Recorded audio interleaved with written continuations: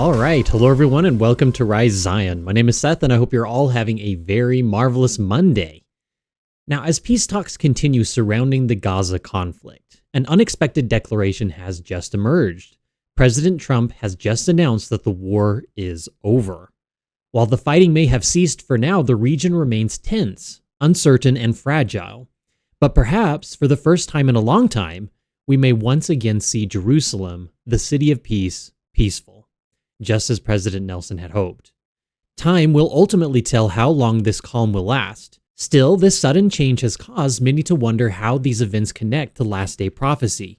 Could this be the long-awaited period of peace that precedes the Battle of Armageddon, also known as the Battle of Gog and Magog?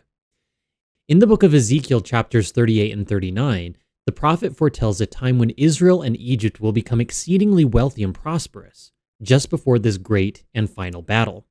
Gog, the leader of the Northern Confederation of Nations who comes against Israel, will see their abundance and come to take spoil. Are we now entering that prophetic window of time? Could this be the era when the temple at Old Jerusalem and New Jerusalem will finally rise? And are we possibly living in the generation that will see the two witnesses of Revelation chapter 11, the two prophets who will testify in Jerusalem for 1,260 days before the coming of the Lord? Could we be watching the quiet beginning of these prophecies unfold right before our eyes in ways that few could have anticipated? In his recent and deeply moving eulogy for President Russell M. Nelson, Elder Jeffrey R. Holland said some remarkable things, statements that may offer insights into the identity and mission of these two witnesses, perhaps even himself and President Nelson. He reminded us that their work is not only to preach repentance and bear testimony, but also to build temples and gather scattered Israel. Does that sound familiar? It should if you've been paying attention to what's happening right now. Just days before President Nelson's 101st birthday, Elder Holland posted a somewhat peculiar photo on his Instagram account, an image of himself standing side by side with President Nelson overlooking the majestic skyline of Jerusalem, the holy city of peace. That image wasn't new. It was taken in 2018 during President Nelson's very first trip after being ordained as prophet, and it was no ordinary trip. The same image appeared again in the church newsroom article on President Nelson's 101st birthday, almost as though the church was drawing our attention back to it deliberately, and Elder Holland as well.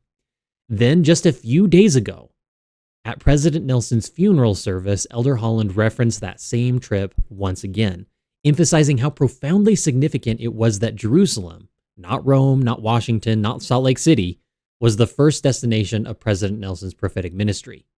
He recounted how President Nelson declared that his visit to Jerusalem was meant to be a symbolic statement. And Elder Holland himself bore witness of that moment, saying to the saints gathered there in 2018, "I suspect that none of us in this room today can understand the significance, but we will." Perhaps we are beginning to understand now, because when Elder Holland brought up this journey once again, just days after President Nelson's passing, it was as if he was drawing our attention to something unfinished, yet deeply prophetic. In our previous episode, we discussed the possibility that President Nelson and Elder Holland may be those very two witnesses spoken of in Revelation chapter 11, or perhaps, at the very least, types and shadows of them, paving the way for what is to come soon. So the question remains, why did Elder Holland draw our attention back to this trip, and why now? Now, after President Nelson was newly set apart as president of the church, he and his supremely devoted wife, Wendy, determined that Jerusalem would be his first official destination. He wanted to feel the stones and touch the soil where Jesus, the Savior of the world, the Redeemer of all mankind, had walked. He paid us perhaps the greatest ecclesiastical compliment I have ever received by inviting Pat and me to accompany them. But the delight had only begun. President Nelson had decided we would circumnavigate the world with stops in places he felt prompted to visit, reviewing membership strength in each region and announcing new temples. Now, a major focus of President Nelson and Elder Holland's 2018 World Ministry Tour was to announce new temples in the places that they visited. And yet, as far as we know, President Nelson did not announce any temple in Jerusalem that we know of. Still, it feels deeply significant that he chose to begin that global tour, his very first trip as prophet, at the BYU Jerusalem Center, overlooking the Mount of Olives and the Holy City itself. Why would the Lord have him start there?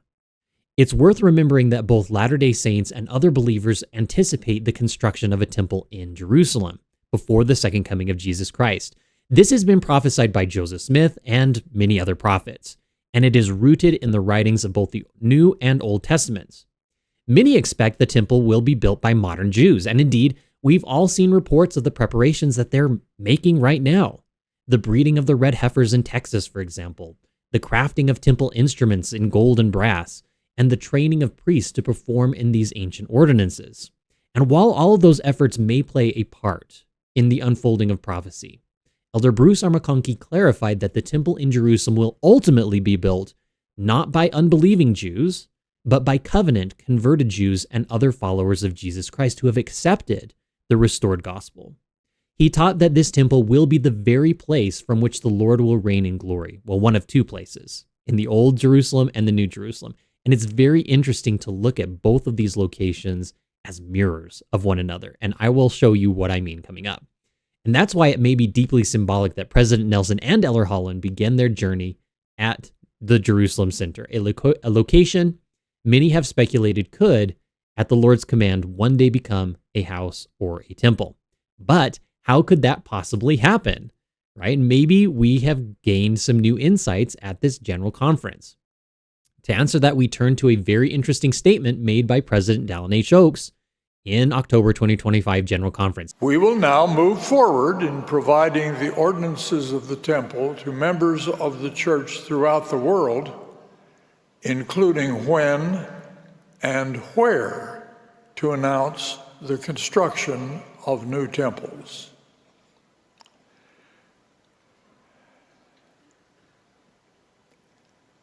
That phrase that he used, move forward, caught many people's attention. While President Oaks announced a pause in new temple construction, his words about moving forward and providing ordinances to families and individuals suggested something else entirely. That the church may be preparing to extend access to temple ordinances in new and inspired ways, even beyond traditional temple walls. This isn't without precedent. In an interview on the Let's Get Real podcast, Elder Larry Y. Wilson explained that President Nelson announced over 200 temples during his ministry, and even changed the way temples are announced, relying not only on membership statistics, but on pure revelation. One striking example was the announcement of the Shanghai Temple, which President Nelson described this way.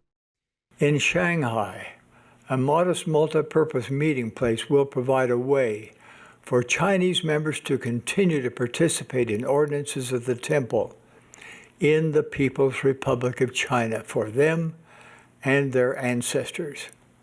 Now, does that sound like a traditional temple to you? Or something more subtle, something modest and multi-purpose, perhaps hidden in plain sight? If temple ordinances can be performed in such a way, in a structure not outwardly recognized as a temple, then could the BYU Jerusalem Center someday function similarly? Could it, under the Lord's direction, be dedicated as a temple without changing its outward appearance? If so, this would fulfill prophecy and fit perfectly within President Oaks' words. The Lord's work moves forward quietly, modestly, often in ways that the world doesn't expect. And it would not be the first time. Both Joseph Smith and Brigham Young, under the Lord's direction, established what are called endowment houses. And these were multi-purpose buildings where temple ordinances could be performed in times of scarcity or persecution. One such building even served as both a courthouse and a civic center on the lower floor, while the upper floor was dedicated to do endowments. So when Elder Holland reminded us at President Nelson's funeral that the prophet's first act was to travel to Jerusalem to build relationships, to gather Israel, and to announce new temples, we should take him seriously. President Nelson's mission was temple-centered, and Elder Holland's comments suggest that there was something uniquely divine about that first stop in Jerusalem, something that may yet unfold. But this wasn't all that Elder Holland had to say in his eulogy. Listen carefully to this next portion of his remarks. For some of them, no matter how tired he was on any trip, President Nelson was always perfectly groomed and carefully attired as he stepped off the plane, casting that patented Nelson smile on those he met and to whom he spoke. Having the opportunity to see him love the people and the people to love him made for the most beautiful of memories. I have those memories in my heart now, today, and forever. They've often sustained me on days when the sun forgot to come up. Providing these kinds of experiences for so many over such a long period of time, President Nelson was a lamp rather than the feeble lamp lighter I was trying to become. Okay, so did you catch that? Elder Holland referenced to President Nelson and himself as a lamp, and even he compared himself humbly to a lesser light, even though I completely disagree with that sentiment. Elder Holland has been certainly a light for me. We read in Revelation chapter 11, starting in verse 3, "And I will give power unto my 2 witnesses, and they shall prophesy 1,260 days, clothed in sackcloth. These are the 2 olive trees and the 2 candlesticks." Okay, so pause here just for a moment. I have to explain something very important. Okay, so candlesticks are actually anachronistic to Jerusalem at this time period when John wrote his record. Okay, these candlesticks should be translated into oil lamps. Okay, specifically, not candlesticks. The translation is a little bit incorrect. They just changed it to make it more relatable to us. So, to continue, the verse ends by saying, "standing before the God of the earth." Okay, so these are the 2 olive trees and the 2 lamps, we should say, standing before the God of the earth. This single phrase by Elder Holland may carry far more weight than we realize. In our previous episode that we did covering this topic of the 2 witnesses, we explored how Zechariah chapter 4 described 2 olive trees that feed oil into the 7 golden lamps, symbolizing the Spirit, revelation, and divine power flowing from the Lord's anointed servants. Zechariah identified these figures as the 2 anointed ones who stand before the Lord of the whole earth. President Nelson and Elder Holland, a lamp and another who seeks to be a lamp, he says, standing side by side in Jerusalem, the city of peace. And perhaps, I think this is important to note, they are not the actual 2 witnesses themselves. Perhaps they are merely a type and shadow of them, just as Zerubbabel and the prophets of old foreshadowed the Lord's latter-day servants who would prepare the way before him. Either way, the imagery is very clear. Oil is flowing once again from the olive trees, lamps are being filled, and the light of revelation burns brightly even as the world grows darker. In Zechariah chapter 4, the scriptures liken the 2 witnesses to several different symbolic images and to the ancient prophet. And they kind of do this interchangeably, so you have to pay attention to what's being said, right? And we'll go through this together. The verses compare the 2 witnesses to olive trees, to oil, to lamps, and very significantly to a specific prophet, Zerubbabel. That's a very strange name, but just as a reminder, Zerubbabel was called upon to rebuild the temple at Jerusalem after the Babylonian exile. He was actually sent back by Cyrus the Great, who conquered Babylon, and he was sent on this mission to rebuild the temple for the Jews. And he took with him a bunch of builders to help him construct it. The 2 witnesses from Revelation chapter 11 are represented in this vision that was received by the prophet Zechariah from an angel. Okay, and surely these verses can be applied to our day as well. In verse 2, we read, "And the angel said unto me," who is Zechariah, "What seest thou? And I said, I have looked, and behold, a candlestick of all gold with a bowl upon the top of it, and his 7 lamps thereon, and 7 pipes to the 7 lamps upon which are upon the top thereof, and 2 olive trees by it, one on the right side of the bowl and the other on the left side thereof. Okay, so pause. This imagery should bring to mind the menorah in the temple, right? This menorah represents many different things, but it primarily represents Israel, okay? It also represents the light of God. It can represent the restoration of the gospel to the world. It can represent the tree of life, and the lamps can also represent the 2 witnesses. But notice here on either side of the menorah, we have the 2 olive trees, and the olive trees primarily represent the 2 witnesses in this vision. They stand on either side of Israel, sustaining her with oil from 2 pipes, bringing to mind the imagery of Aaron and her standing on either side of Moses, sustaining his arms during the great battle in the Old Testament. As Moses raised his arms, as you'll recall, Israel prevailed against her enemies. And when Moses became too tired, his arms began to sag, and then their armies began to be defeated, right? So Aaron and her, the 2 people, went side by side on either side of Moses, on his right and on his left, and they held up his arms to help sustain him. And this is a very powerful image here, because Moses is a prophet and the mouthpiece of God, and simultaneously he represents all of Israel. So the angel who was with Zechariah attempts to explain this imagery in verse 6. We read, "Then he answered and spake unto me, saying, This is the word of the Lord unto Zerubbabel, saying, Not by my might, nor by power, but by my spirit, saith the Lord of hosts. Who art thou, O great mountain? Before Zerubbabel thou shalt become a plain. And he shall bring forth the headstone thereof, and with shoutings, crying, Grace, grace unto it." Okay, so here the angel is describing the priesthood power. And this is the same power that Enoch used to cast down mountains into plains, right? And to divert rivers from their course, and also to raise from the dead in the resurrection. This is the same priesthood authority that both President Nelson and President Holland carry. The 2 witnesses are compared to Zerubbabel. And coming up, we learn that these 2 represented by Zerubbabel will finish the temple. And this is very interesting. We continue in verse 8. "Moreover, the word of the Lord came unto me, saying, The hands of Zerubbabel have laid the foundation of this house, his hands shall also finish it. And thou shalt know that the Lord of hosts hath sent me unto you." And we continue in verse 11. "Then answered I and said unto him, What are these 2 olive trees upon the right side, and the candlestick upon the left side thereof? And I answered again and said unto him, What be these 2 olive branches, which through the 2 golden pipes empty the golden oil out of themselves? And he answered me and said, Knowest thou not what these things be? And I said, No, my Lord. And said he, These are the 2 anointed ones that stand by the Lord of the whole earth." Okay, and in the footnote, we read next to anointed, we are directed to Revelation chapter 11. So these are clearly in reference to the 2 witnesses. Now, from these verses, we understand that the 2 anointed ones mentioned in Zechariah's vision will play a key role in completing the temple at Jerusalem. Yet the original Zerubbabel of the Old Testament never actually lived long enough to see the temple completed. He just laid the foundation, but the final work was carried out after his passing.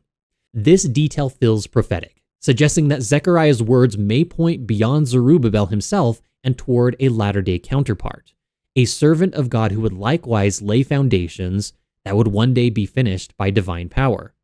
Could this describe President Russell M. Nelson? Throughout his ministry, President Nelson has laid the foundation of temples across the world, more than any prophet in modern history. His heart has been fixed on temple building and on gathering Israel, the very mission that will culminate in Jerusalem. Yet he passed away before seeing the completion of many of these temples, much like Zerubbabel. It's worth remembering that his first journey as prophet was to Jerusalem, and that Elder Jeffrey R. Holland, who accompanied him, was the very man who decades earlier oversaw the building of the BYU Jerusalem Center, a structure that for now stands as a beacon of peace and learning near the Mount of Olives.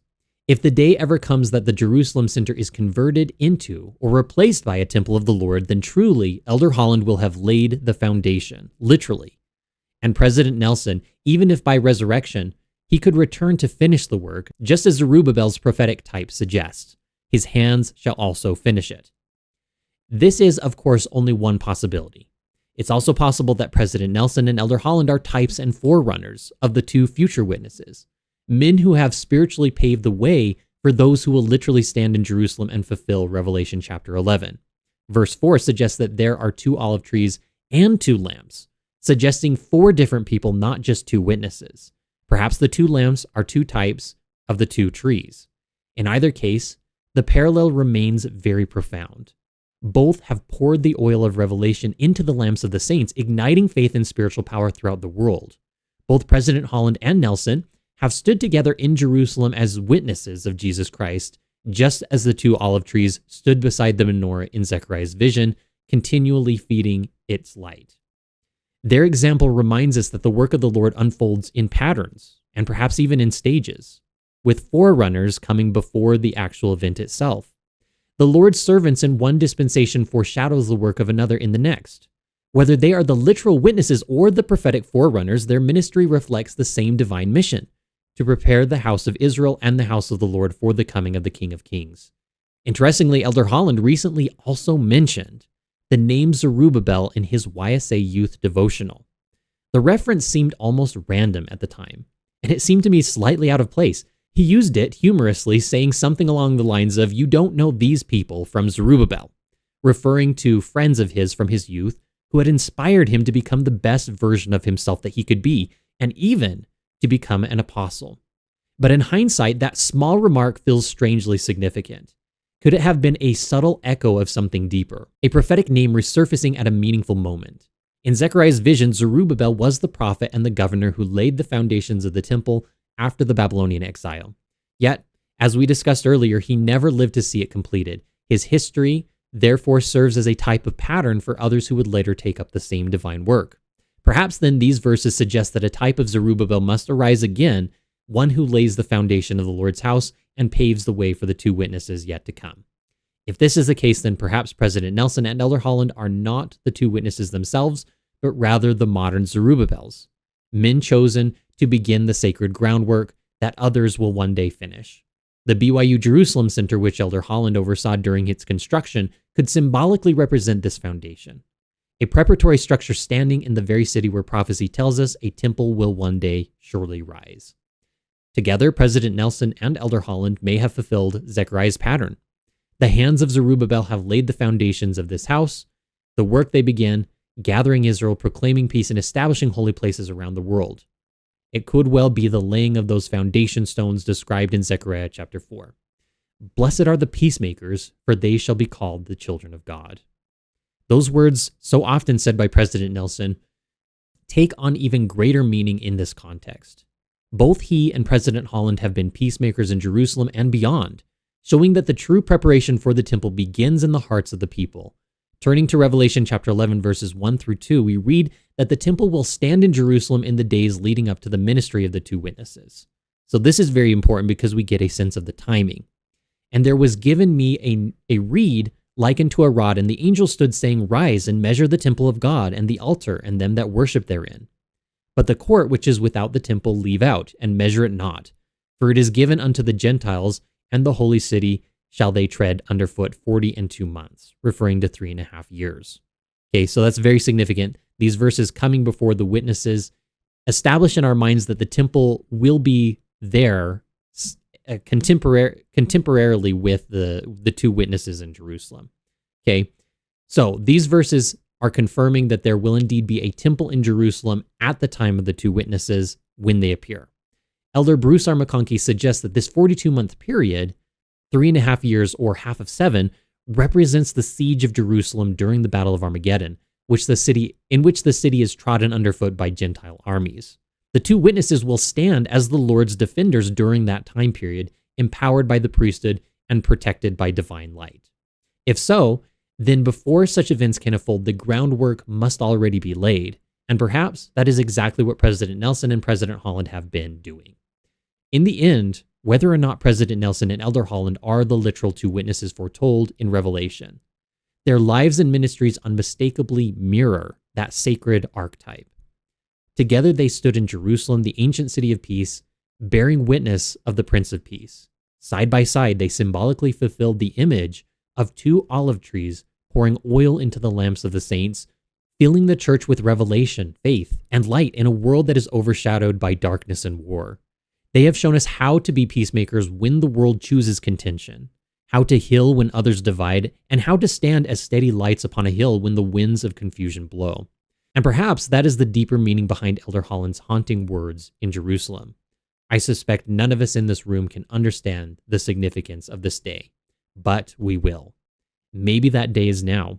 Because the Lord declared in Doctrine and Covenants section 112 verse 25, and upon my house shall it begin, and from my house shall it go forth, saith the Lord. And I believe that we're beginning to see this prophecy unfold in various ways. And it's very interesting to consider that when we look at the fact that we have the BYU Jerusalem Center at Jerusalem, and we have a different visitor center at the New Jerusalem. I think that these two places reflect each other in different ways. The work of the Lord always begins in his house, amongst his covenant people, and then it moves outwards to the nations. The pattern repeats, first in Zion, then in Jerusalem. First in his modern temple, then in his ancient one. Their journey to Jerusalem at the dawn of President Nelson's prophetic ministry could thus be seen as more than symbolic. It may represent the Lord's quiet fulfillment of his own words. His great latter-day work beginning at his house and going forth to the world until it returns again to the city where it all began. And so their witness stands not only as a testimony of who they are, but of who we must become, to keep oil in our lamps, to stand as witnesses of Jesus Christ, and to prepare the world for the second coming of Jesus Christ. For from his house it will begin, and from his house it shall go forth until every knee shall bow, and every tongue confess that Jesus is the Christ, the light of the world, and the King of Zion. I say these things in the name of Jesus Christ. Amen. Now, before you go, please make sure to like, comment, and subscribe to the channel. Our new goal is to reach 60,000 subscribers in 3 months to spread these important messages to as many people as possible through the YouTube algorithm and to help support the cause of Zion. If you'd like, please also consider becoming a member to the channel to help our channel to keep growing and to help support our volunteers who've so diligently been working behind the scenes to make this channel a success. When you become a member, you are rewarded with some cool perks, including custom emojis and a custom name badge that goes next to your name. Also, we'll be doing a raffle for members only, so make sure to become a member if you haven't already, and make sure to check out our live streams in the evening every Thursday. We also have t-shirts available for pre-order on our website, risezion.org. So if you'd like to support the channel in that way, visit our website and see what products we have available. Thank you guys so much for watching, and until next time, bye.